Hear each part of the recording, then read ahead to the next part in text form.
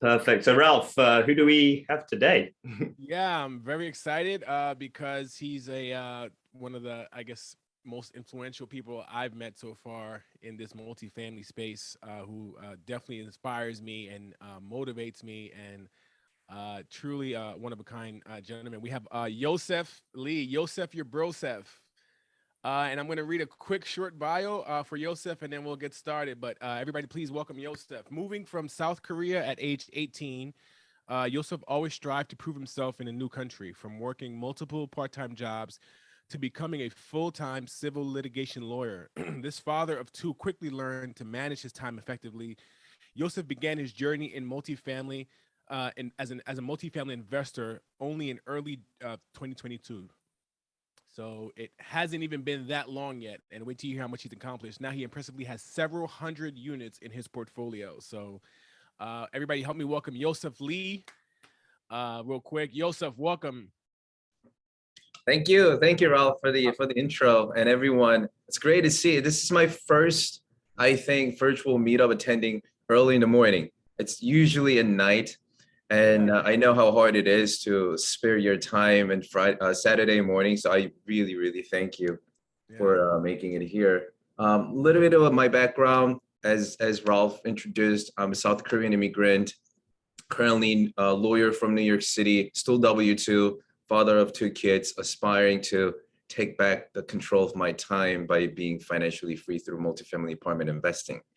So I was a month shy of 18 years old when I landed in the US. It was just a huge cultural excitement, but also at the same time challenges, lifestyles, and languages, and I had to make new friends, etc. So ever since, my life has been all about just proving myself in a new country, just trying to be better every day, as much as possible, achieve some goals, made many mistakes, paid the price, but learned the lessons and got up and move on.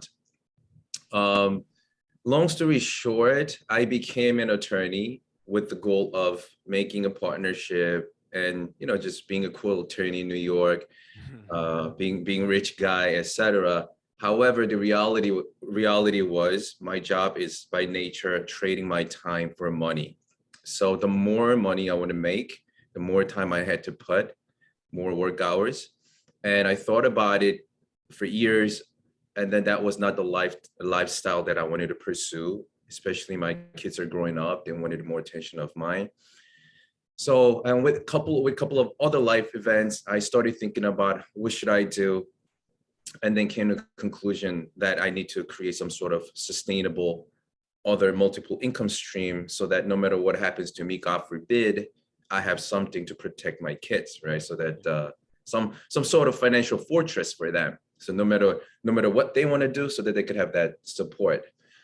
So I started studying a little about investment and having my own business. I stumbled upon the book Robert Kiyosaki, Rich Dad and Poor Dad, and I know all of the classic, right?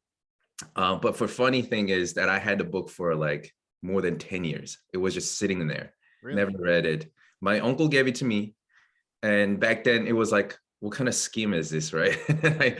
I told him, I still remember, I told him, why don't you become rich through reading this then? It's funny. I had that book. I bought that book. I read it. I was just telling the small group. I read it in like maybe 3 days, and I just couldn't stop talking about it. And I was so surprised on how many people like, yeah, I read that book.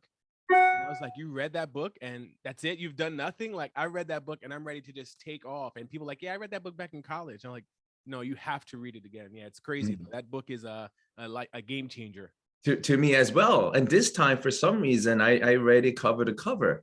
Yep. And then it was like, this is it. I got to follow the principles. So simple, yet so powerful and straightforward.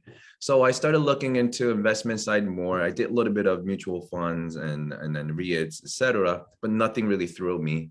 But when I came to real estate, more so multifamily side and how it works, it was just mind blowing. It's like, this is making so much sense. So I got instantly hooked up with multifamily ideas. And I was studying, educating myself, going to bigger podcasts, listening to the podcasts, especially the first two was Grant Cardone and Michael Blanks. Yeah, yep. And just studying. And soon, a couple of months into 2019, I realized I was really not taking any actions. I was just passively observing the information from the sources. So I took the next step by joining mastermind groups and mentorship programs with the goal of closing my first deal in 2020. I met all my partners through the mentorship groups, and fast forward December 2020, we closed my first deal. That's a 43 unit apartment in Lawrence, Kansas. C-class housing. Thank you. Thank you. It was just, I don't know, I can't describe the feeling at the day of the closing. And then soon thereafter, second deal, March 2021, we did syndication, 68 unit, Wichita, Kansas. And then around March, after that deal was closed, my mentor actually offered me a job position in his real estate company, part-time. He knew I was full-time W-2 attorney. So he said, you know what, as long as you get the job done, I don't care what time you work. So you can work at nights and weekends and on your own terms. So I said, okay, I'll take it. No brainer. With him, I started learning how to raise capital and investor relationship and marketing and doing legal due diligence for him, for his companies. And with him, we raised capital and did service to another great operator, Chris Jackson, Sharpline team. And with them, we closed from March, 64 unit in April, 36 in May, 72 in June, skipped July, I believe, and 130 units in August and 151 units in September. And then we closed 2021. And in December, I believe, if not November, we raised for 70 units, which was closed last week. So, but that's not part of 2021. It's 2022. We have 72 unit under contract that we are trying to raise. During the due diligence, we find something. So we'll see. I mean, seller, we're still negotiating with the seller. So in a nutshell, that's my crazy roller coaster real estate journey. Yeah, those are big. Those are really so you're actually like glossing over those, but those are really big numbers and a lot of accomplishment in a really short amount of time. So you should be very proud of yourself, which I'm sure you are. But I think one of the things I was thinking about is because a lot of people get stuck in that analysis paralysis phase and they don't jump to action. And you said you joined masterminds, but if you could talk a little bit about like what helped you get out of analysis paralysis and get into it, both feet in. I guess continuous. So you got to have that desire, right? If your desire is strong enough to create that generational wealth that you want for your family and yourself, you're gonna push yourself to find a way, and you will soon realize you're not really going nowhere just by reading and reading, right? Yep. And then from that point on, you got to have something to pivot, and I call it taking an action, right? And you need to take an action to go to the next level. And it's so obvious, like a duh, right? But a lot of people just don't take action because of lack of desire and lack of education. And they're just waiting for the perfect moment, I think. Yeah. They're just trying to have the perfect moment and perfect plan before taking any actions because they don't want to fail. But from my experience, I think you must push yourself even before having that perfect plan or perfect moment to do it. Just wing it, but with, I mean, obviously enough education and you know, resources. It's a balance, right? But you need to push yourself to out of that comfort zone and take some action, and then you start seeing some momentum being built up. And as you see it, you get more confidence, and you do more. You push yourself a little more, and then education a little more, meet more people, and you see more result, right? Then kind of comes back and push you again. This is how the momentum gets built up, and at one point, if there's enough mass created, it start pushing you. Yeah. It's a balance, right? You want to learn everything and then start. It's actually, you want to learn a little bit, then do something, then mess up, fail, learn a little bit more, then mess up again and learn. And that's actually how you move forward. You can't really learn everything and then begin, right? You're gonna just you'll be stuck forever because that realm of what we don't know is endless. So you'll be stuck there forever. I really want everybody to kind of like learn a little bit too here today, and take away some key points. So, what are some of the things so far that you are most proud of, and I guess what have been some of your biggest challenges, and how did you learn from those? Sure. Things I'm most proud of for the last 2 years of my multifamily journey. Number one, if I have to pick, will be being able to be a part of an amazing team and the network that I built up. So including here, you, Ralph, Danish, Keisha, Kevin, Ashley. I've been interacting with a lot of you guys, including my mastermind people. And this is to me like an asset now, because I have somebody to just go and ask questions. I have somebody to go and ask, if there's anybody who's raising, then I need some amount of money to be raised for this deal. It's an instant connection, right? And that creates instant opportunity that you cannot just get from outside of that group. So that network is one thing that I'm most proud of at this point. Yep. And then another milestone, I'll see 2021 challenge. I call it 2021 challenge. It was coming out of my comfort zone by being a podcast guest. And I started doing it from early 2021 with the goal of let's do like once a month or twice a month and see how it goes. And at one time, I reached about 10. I forgot. I just decided not to count anymore and just pushing myself. So at the end of 2021, I counted. I forgot the exact numbers, but I was on, excluding the ones that I had to push to 2022 due to the time conflict. I was on about 36 podcasts as a guest in 2021. And that was something, not because I was able to be on the podcast that many times, but because I made my promise to myself, right? Okay, this is my challenge. Let's see if I can push myself consistently in 2021. And which I did. That it was a proof. So just for the fact that I was able to be consistent in something, yep, by taking some step and actions, that is my milestone, I'll say. And what else?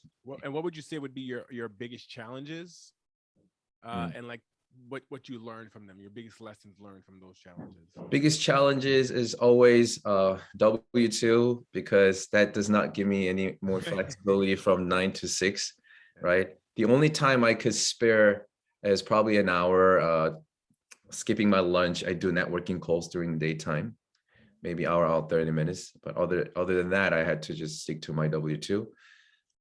So that's challenge. Another challenge or lesson I learned. Okay, so in the beginning, before I did my first deal, we had a deal on the contract, and we were so happy. It was like about 6-month mark. I think it was also 40 something units. And then I think we were supposed to vet the owner a little more than we did, but we skipped the LOI. Owner said, let's skip the LOI, let's go to contract. And then, so we started drafting contract through our attorneys, and then we sent it to him.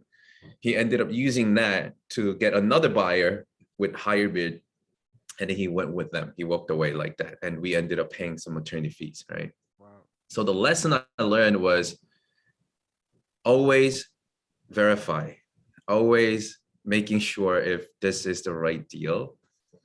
We were so excited, so we kind of jumped, right? Yeah. So I think that's the lesson I learned from that. Yeah, and I have another milestone. When I was self-educating myself, like I said, I studied with Michael Blank and Grant Cardone, those big gurus out there, right? Back then I had a wish of, someday I'm gonna be talking to these guys, right? Someday, I don't know when. But in 2021, throughout that podcast challenge, I got on Joe Fellas. So I spoke to him one-on-one. So it was a great milestone. And obviously Jake and Gino, because they're my mentors. Michael Blank, I got on a Zoom call with him one-on-one. He ended up not interviewing me. I mean, he did soft interview, but I was not a good fit for his podcast, he said, because he wants somebody who left the W-2. So he said, contact him back when I leave my job. I said, all right. But anyway, I was able to have like a 30-minute phone call with him, just going over things. And Rod Cliff, I was able to have in our virtual meetup as a guest. Nice. So this moment of interaction with this, well, I'll say giant because they're so advanced than I am. Absolutely, yeah. Was like something because, oh my God, I was listening to their podcast. I was reading their books. Now I'm like talking with them one-on-one. So that was a great time. Yeah, you talk about like one still having your W-2 and working 9 to 5, which we know is usually never really actually just 9 to 5. And then, you're a dad, you have 2 kids, you're also a pretty accomplished real estate investor. So how do you stay focused and consistent while like wearing so many hats and juggling so much? What has helped you like really stay focused on achieving your goals? On that note, I always say a couple of things. So first, you gotta have a vision, right? We all say we have a vision, big whys, but it is so important to have a strong, clear vision because it's like a goalpost.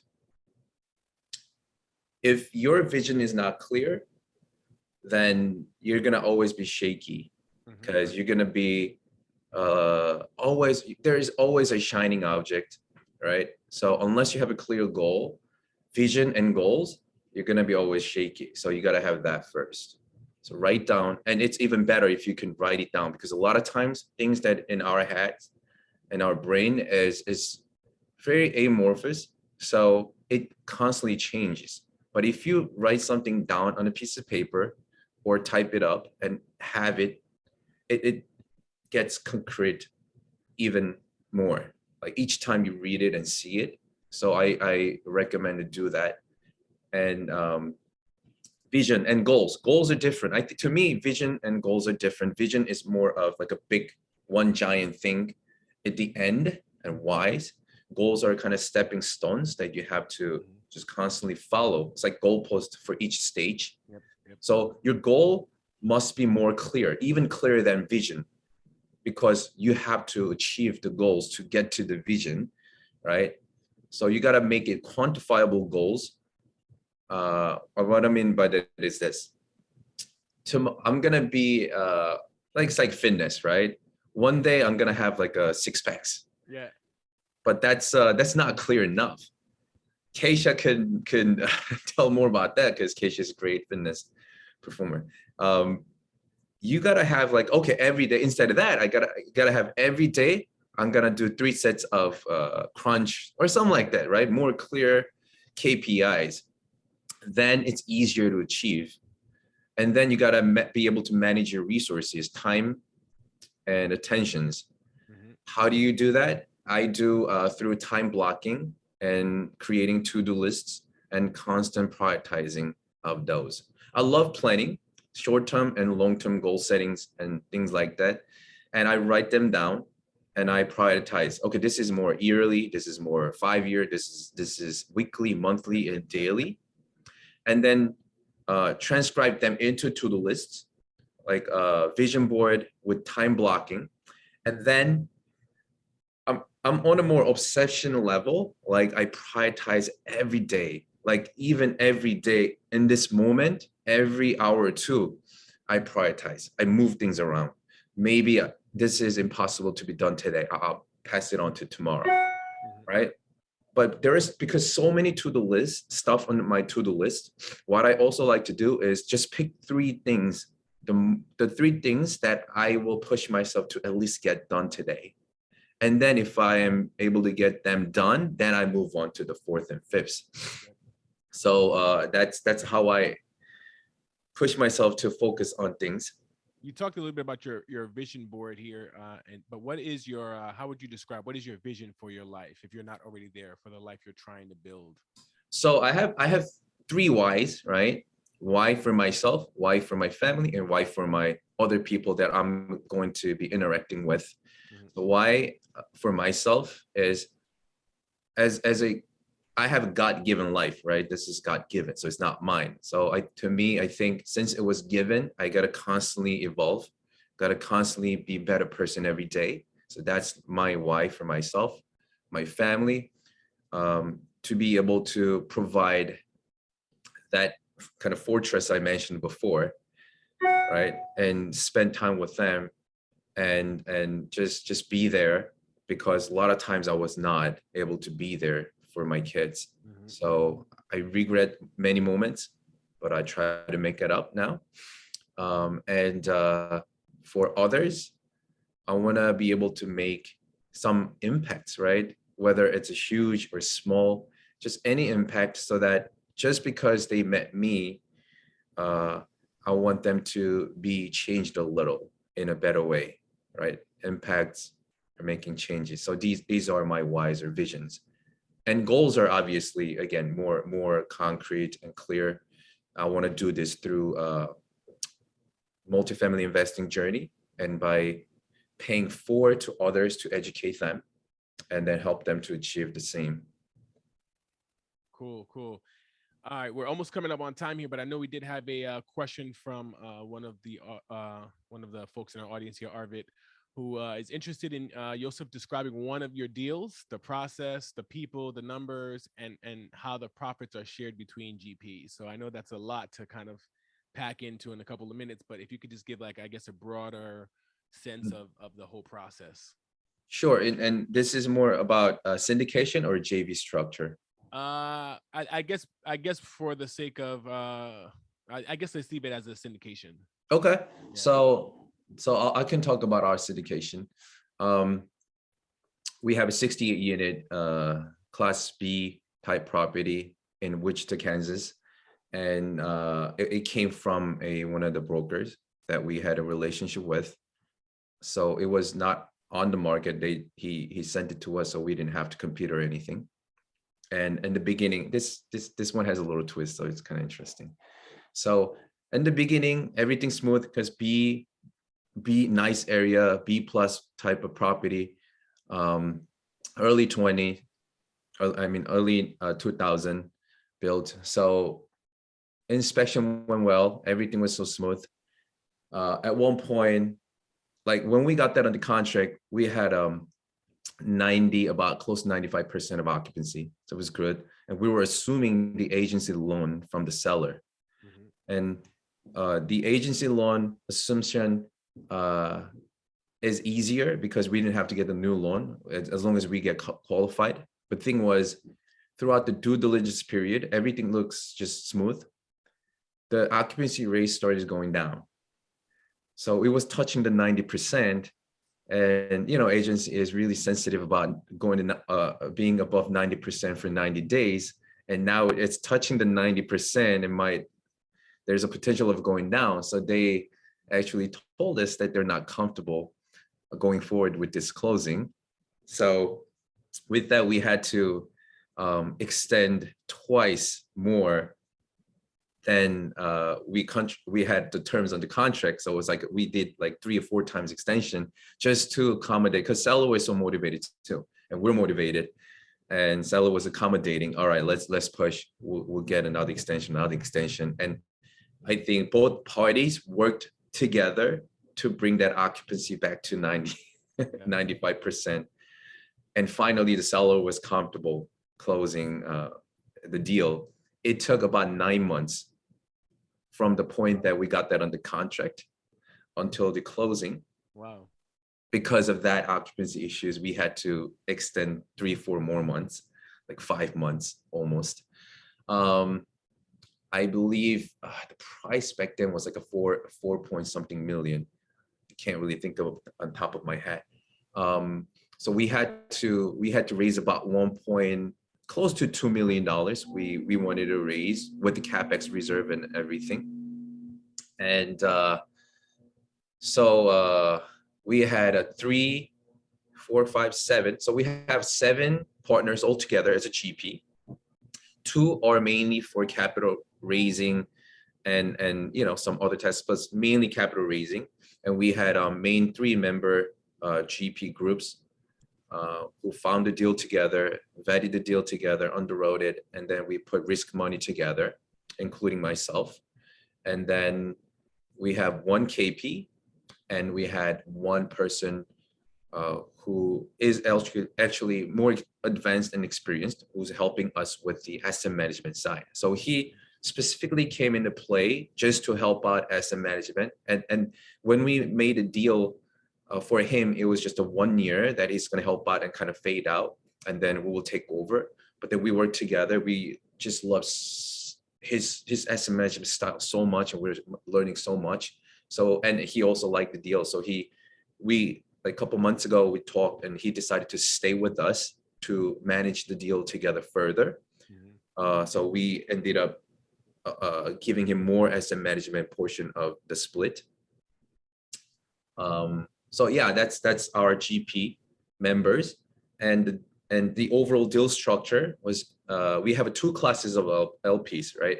Let's say A class and B class. A class minimum was $50,000. B class minimum was $125,000, and obviously we give better split for a better pref and split for class B members.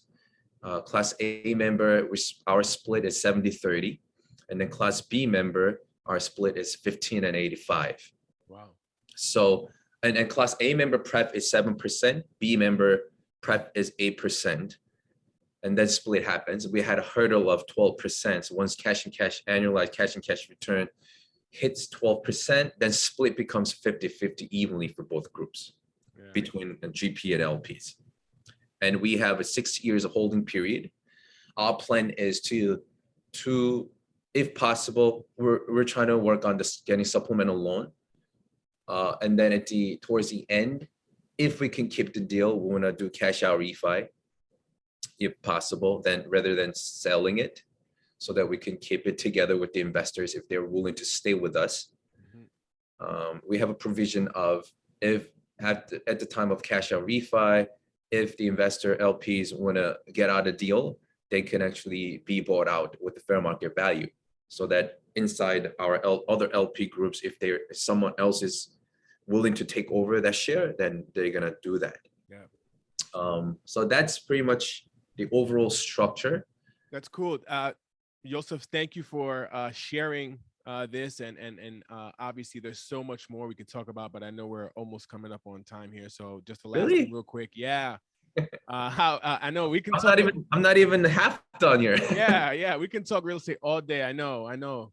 But just real quick, if you want to share, how can folks get in touch with you if they want to talk to you more, book some time to talk to you? What's the best way for folks to reach you? Sure. I'll try to be very active on social media, so you can reach me, and very approachable. You can search, my social media handle is Yosef Your Brosef, YOSEF YOUR BROSEF. LinkedIn, Facebook, recently started TikTok, and Insta, all Yosef Your Brosef. Right. I have a website, yosefyourbrosef.com. So just reach out to me, send me a text or message. Keisha is my TikTok challenge buddy for 2022. just reach out to me. I'd love to get on a call, share my experience, and open to any questions. And I also learn that way from you. So awesome. Yosef, again, thanks for joining us and for again being so open, transparent, and really dropping some gems for us here today. Really appreciate it. Thank you for having me.